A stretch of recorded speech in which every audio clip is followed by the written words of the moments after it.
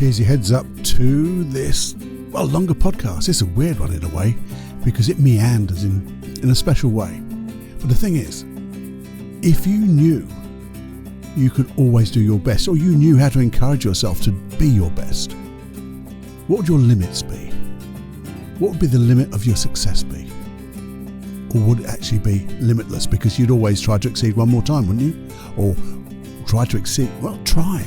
You would exceed 1% better every time, wouldn't you? What would that be like? What goals would you set yourself if you just knew a process, a way of being that way? Hey, I think I've got it just here for you. Have a listen now.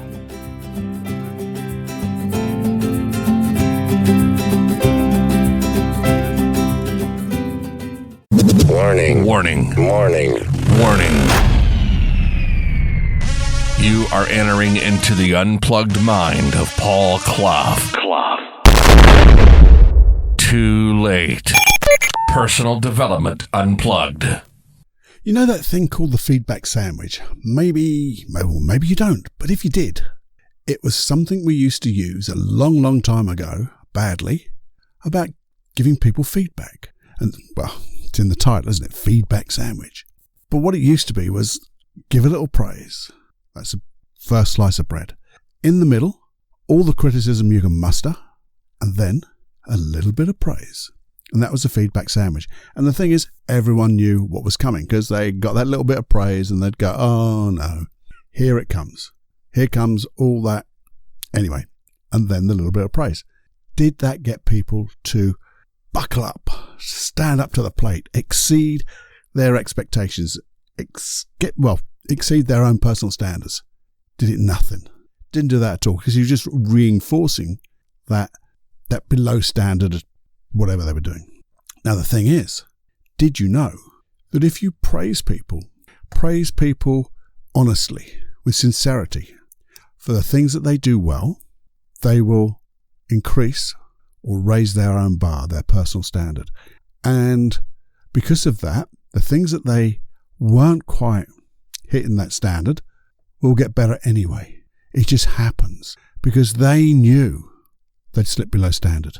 It didn't need to be told it, but by being told on a regular basis of the things that they do well, it's as if they want to step up and show everybody the standard that they can achieve. And that means bringing the things which were slightly below par well up to standard. It just happens that way. It's biological. And it was borne out by studying dolphins. But hey, that's not what we're here for. This is what we're here for. Because I'm going to tell you in a moment. See, I used to use this when I was doing my trainings. Use what, Paul? Just giving praise, good comments for no reason. It was a little bit like giving just fishes out. This is where the dolphin metaphor comes into it. As if they were unearned fishes because we're not testing at that particular stage, but we're just giving words of encouragement, of good work. So as I was going around and watching people do their exercises, I might just wander and give a smile or a thumbs up or just go, great work. And I meant it. I was looking for the good works. Well, what were the results of that? Well, hey guys, how you doing? I've had a little bit of a down day and I'm going to bring myself right up because this is brand new. Absolutely brand new. Better than ever. Absolutely better than ever. This is the podcast that is going to change everything because it's a real special one. Well, actually, it's not brand new. Not brand new at all. Because I was being totally dishonest there, wasn't I? Did you get it? You see, the thing is, have you ever done... I mean, I can remember this. I've been merrily doing my stuff. Maybe taking a little bit of a shortcut. Maybe rushing a little bit. Have you ever done that? And then it just went wrong. Whatever I was trying to do just didn't work out. It just didn't work out at all. And I say to myself, and this is the edited edition of it, what was I thinking of? What a dick. Goodness me, I am such... And it goes on. Have you ever done that? Have you ever done something just like that? So this is new. No, to be honest, this is not new at all. And we've all heard that this is new. This is the brand new thing. This is something I've just invented. I've created. No one else has done this before, which is a load of bull. It is bull. It's BS. I even heard someone online, they were selling their course. It was a hypnosis course. I was interested about it. And they said, they started off, this course is now online, which makes it even better than appearing in person. I thought, what? And they said, I'm going to tell you for why. You see, this course is going to be so much better than you coming here and working with me personally in a room with other people, real people, because you don't have to travel to get here. That travel will cost you money, so you'll save money. In fact, because I don't have to hire a room, I can reduce the price of the training. And it's so much better because if you want to ask a question, all you have to do is type it in the Q&A box. And I thought to myself, am I really listening to this? This person is really respected. And they're saying these things. How can what you pay be the difference? If it's cheaper, doesn't make it better, does it? Does that, if I cut corners and make it cheaper for you, does that make the training even better? Of course it doesn't. It either is better or it's not through the quality of the training. Let's get real. And that's what I was thinking to myself. That's not honest. And it was like leading people. It's a reframe. It's just a reframe, but a very bad one. I felt it was a very bad one. And you see, I like to be honest when I'm working with people online. I would say, I'd love to work with you one-to-one. And they go, oh, why? Does it mean that the results are going to be better? I said, no, not really. The results, I get great results online. But I just prefer it. It's a good medium when you're in the room with me because I just have that little bit more control. I have control over the internet because when we're working one-to-one, there isn't one, so it can't suddenly go off. I have control of who calls you because some people work with me and they're working from their mobile phone and then they get a call and they go, oh, really sorry that someone's calling me. No, I can control that because there's no phones. We turn the phones off. I can control who comes through the door because no one comes through the door. But that's the difference. And for me, that's quite a good difference because I'm in control of the environment, which means you, as a client of mine, can just relax. You don't have to think of those things. But hey, the actual processes I use, they're just similar. They've been adapted, but they're the same processes. We look to get that root cause. We look to find the triggers, to try to find the positive intention. But we don't try. We actually find the positive intentions. Then we do the work and boom, we test. And we get some good results. We get great results, actually. But here's the thing. It's about being honest, isn't it? Because, I don't know. I know, and I bet you know this. I bet you know this 100%. That you've said to yourself sometimes, or said out loud. You can say to yourself as well, but sometimes we say it out loud, which is even worse sometimes. We say something that is not quite true. I know I've done it. Have you done this? When you've said something and you know it's not quite true. It's not a lie, but you're twisting things just a little bit. And you say it really quickly in a mumble so people don't quite get it. And you try to move on from it quickly. Oh, let's go on to the next point, blah, blah, blah. But you know in your heart. That wasn't right. You weren't aligned. You weren't congruent because you cannot fool yourself. Sometimes you can fool others because they maybe don't understand the terminology and what you explain isn't quite right. But hey, they don't know. But do you know what sometimes they do? Or they get a feeling that something's not quite right because you're not aligned, because you're not congruent. It means your non-verbal communication, which is the way you speak, but with your body, the way you look, the way your head moves, everything. Non-verbal communication, most powerful communication you can get. They know. Something inside them just knows, especially if you've worked at getting good rapport with that person. That's even worse because then they really know because you've got such a good connection, they know when that connection is being broken. Similarly, have you ever done this before? You've done that thing where you've said, what was I thinking of? In the kindest possible way. What a silly Billy I was for doing it that way. And then you give yourself over maybe minutes, maybe hours, maybe over days, a good old talking to. And you shout at yourself. You tell yourself off. You reprimand yourself. You swear it. I know I do. I swear at myself sometimes. Does it do any good? Remember that question we asked before? How's that working for you? And I said to myself, how's that working for me? Is it getting me where I want to go? And the word's absolutely not. Because I don't need to be told if I've done something which isn't up to standard. I know inside me that if I've done something that I could have done better, I don't need to be told off. I don't need to be criticised. Certainly by other people, but I certainly don't need to be criticised by myself because I know. And the thing is, all we need then is to be reminded of our own, yours, mine, our own personal standard. And when we have that personal standard and we know we haven't hit it, what are we going to do? We're going to learn from that. What did I do that let me fall below that personal standard? Wonderful question. Well, you rushed a bit, Paul. You didn't quite set your stall out properly. Maybe we could have thought about it just that little bit longer to make sure. Now I've got learnings because my mind is open, because I've asked myself the right question. What could I have learned from this? How could I do it differently that gets a better result? Now that puts me in a way of learning. Curiosity. What could I have done better? How could I have done it better? Not why did I do it wrong? How could I do it better? Same question-ish. One's going forward, one's looking back, and one's looking for the blame and the excuses. Why did you do it? Oh, well, they made me rush. All excuses. We've talked about excuses before. So the thing is, just be honest with ourselves, I guess. I like trying to be honest with myself because it just feels that I am helping myself, or my unconscious mind is helping me to get back onto the line, because we all fall over a little bit. We all stumble a little bit, but it's how we get up. If we fall down 6 times, do we get up on the 7th? And if we do, can we learn from those other 6 times? Because when we learn from it, maybe we won't trip over again. Or if we do, we'll trip over something different and we'll learn from that. Like I said, this is completely new. No, it isn't. See, I said that and I knew it wasn't. But I said it as a bit of a joke, didn't I? But what I want you to do, and this is what I'm trying to do now, is to treat this newly every time. How do you mean treat it newly, Paul?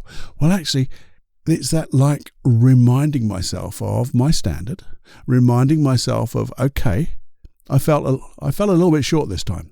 Can I make amends for it now? And how can I make amends for it in the future so I can actually exceed my standard? Exceed your standard? Well, what would happen if I did exceed my standard? Well, I get a new personal best, don't I? We've talked about personal bests before, because we can always do something 1% better, can't we? And the thing is, when I say this was new, we know it's not. But treat it newly is just a way of remembering, bringing ourselves back to observing what we've done. You see, I was reminded a little bit about this by a guy called Ryan Holiday. He's very much into the Stoic philosophy, stoicism. I'd like to get into that, and it's going to look for it more and more because there's such good stuff. But think about it. This type of advice has been around for donkey's years. Back in the day of the Stoics, or people who did stoicism, they had everything, and it was about commitment and effort. And one of the simple things, and we call in simplicity, there's genius. Do everything you do to your best ability. Goodness me, that's outrageous advice. It's awesome advice, isn't it? But isn't that just like mindfulness? Being mindful of what you're doing. And then, if we're mindful of what we're doing, we won't let our standards fall. We'll try to exceed our standards, especially if we've got the intention before we start, which is being mindful, isn't it? Asking ourselves a question. Could I do this? What would it be like to do this to the best of my ability? Isn't that a little bit like what we've been talking about, pausing? Pausing before we do something and just getting into state, noticing our goal, our intention, our why. And then because we've done that, we will do it to our best of our ability. Maybe it's a bit like reflecting too. Because if we can pause to our best ability and then do the work to our best ability, we can reflect after. And when we reflect, sometimes we'll find what we did really well, and we can ask ourselves the question, well, could we have done it even better? And just feel grateful for doing it so well anyway. but also maybe look to those things where we weren't quite up to par. I just ask that question in this time of reflection. I wonder how I could have done it better to get a better result. So I not only hit my standard, but I get a personal best. Because really, our best ability should be the lowest of our standards, shouldn't it? We don't want to drop below that. And what would happen if you made this into a habit that you just don't even think about, because it becomes an unconscious habit, and you start doing the things that you know and knowing the things that you do, and you begin, oh, isn't that something like mastery? Golly gosh, we're now mastering getting 1% better, making personal bests. Now that's new. No, it isn't. But I think sometimes it's good to think about it newly, because when we remind ourselves, it just goes a little deeper. It becomes a good habit, doesn't it? Just like pausing, reflecting, being mindful as you do this, whatever. Everything from cleaning to washing up, to do the most in-depth, deep thinking about a project, or doing that, or just cultivating relationships. All of that. Nothing is new, really. But it's how we either evolve that whole stuff to reflect what we're doing now, I guess, because the world changes. But nothing changes there with doing everything you do to your best ability, does it? Thousands of years ago, someone decided that was not a bad thing to live by. That's an awesome thing to live by. So thank you, Mr. Ryan Holiday, for reminding me of the things I've got to do.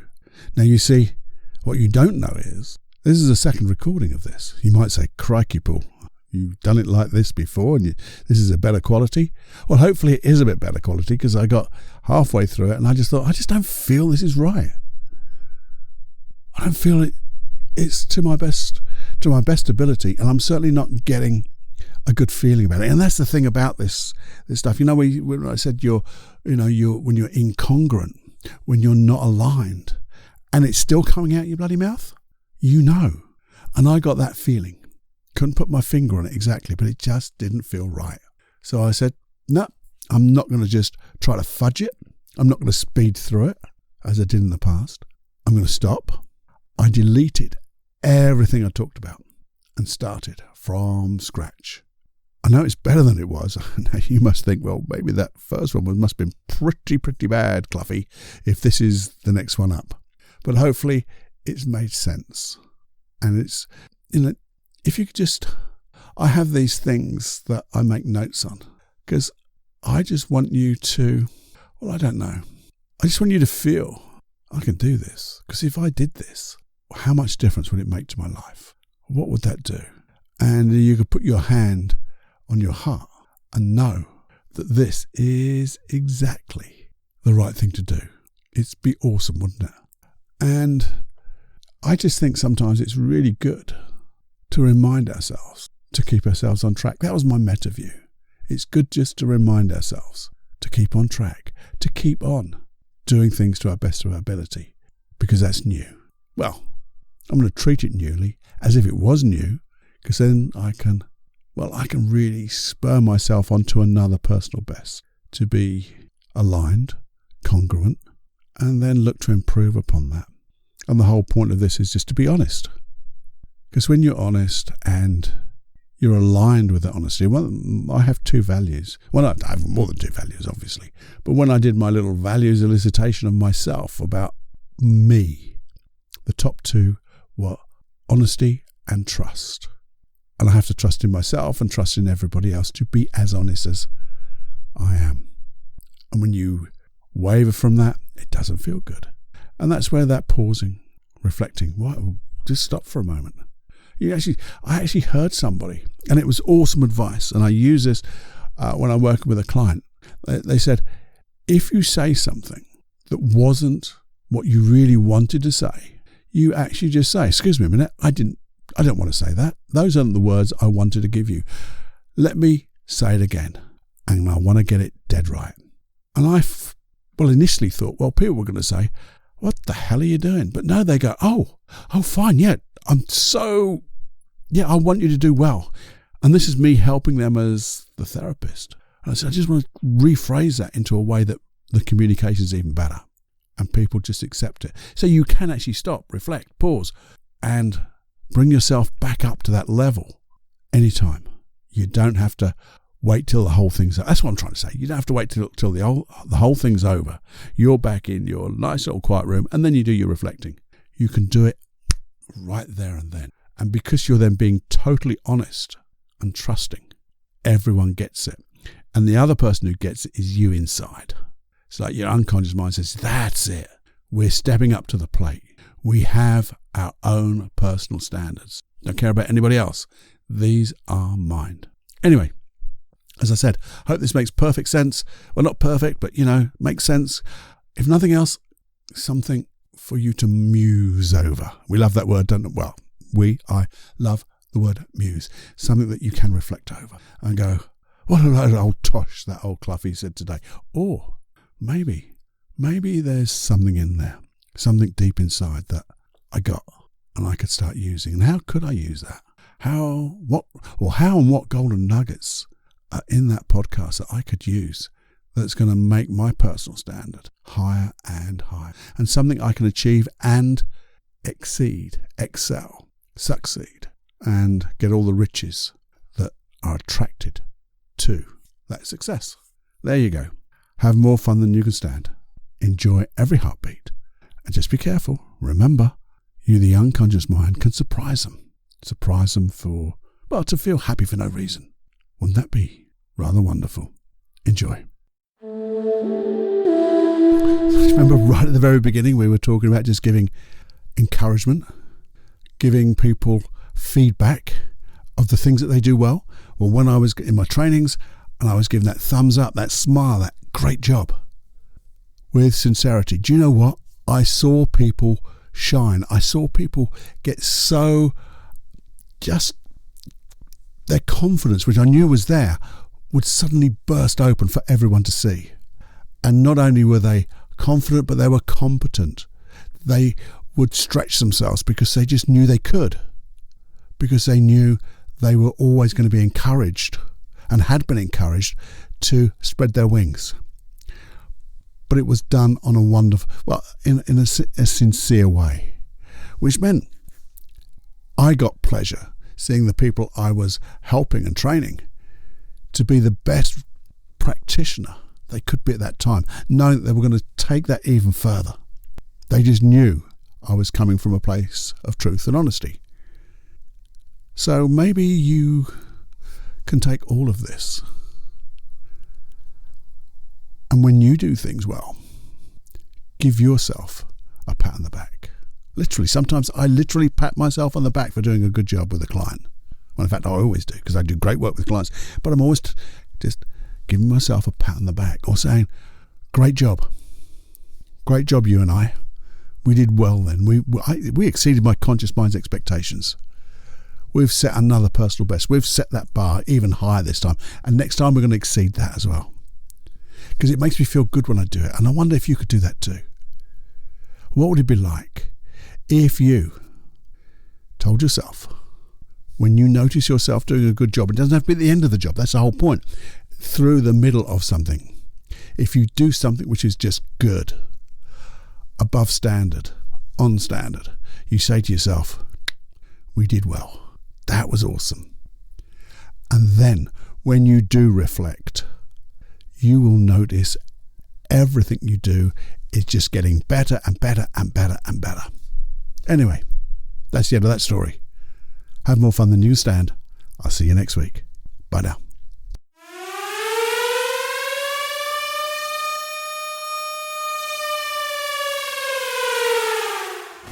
Warning, you are now leaving the unplugged mind of Paul Clough. It's time to fly on your own. Be brave, my friend.